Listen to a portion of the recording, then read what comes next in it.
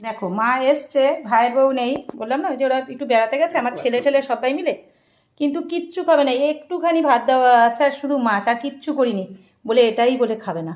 আমার রান্না ভালো খায় না আমার মা। না ভালো খাই। আমাদের রুমি রান্না ভালো খায়। হ্যাঁ না খাই, কিন্তু পেট ভরা। তুমি খাও, খেয়ে দেখো কেমন হয়েছে। ভালো হয়েছে, তাই ভালো হয়েছে, একজন নুন দিস। আর রাজ ওরা তো হেপি ঘুরছে, রাজ রুমি মিঠি সবাই। দেখতে দেখতে আমাদের মিঠি কত বড় হয়ে গেল বলো মা।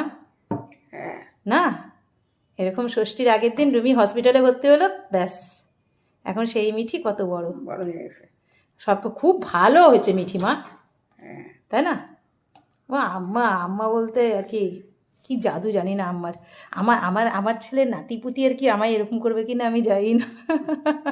তোমায় যা ভালোবাসে ওরা, আমার ভালোবাসে সব। তোমায় সব, তোমার বৌমাও ভালোবাসে, বৌমা ছেলে ঘরে সব, মেয়ের ঘরে সবাই ভালোবাসে। সবাই হ্যাঁ সবাই। কেমন হয়েছে খেয়ে দেখো। খাই। হ্যাঁ খেয়ে দেখো কেমন হয়েছে।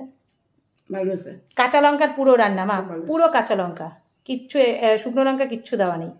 শুধু আমি, ভালো হয়েছে। তুমি পুঁই শাক খেতে চাইছো, আমি পুঁই শাক করিনি কারণ রুমিও জানে পুঁই শাক নিয়ে আসছি, কিন্তু করবো না। পুঁই শাক খেলে তোমার ঠাস হবে, তোমার থাইরয়েড আছে, কালকেও রুমি বললো থাইরয়েড আছে, যার জন্য পুঁই শাক করা হয়নি। থাইরয়েডে পুঁই শাক খায় না, ঠিক আছে? আচ্ছা চলো তুমি খাও। আমি এত ভাত খাবো না। না এটুকু ভাত খাবা, রাখো। আমি এত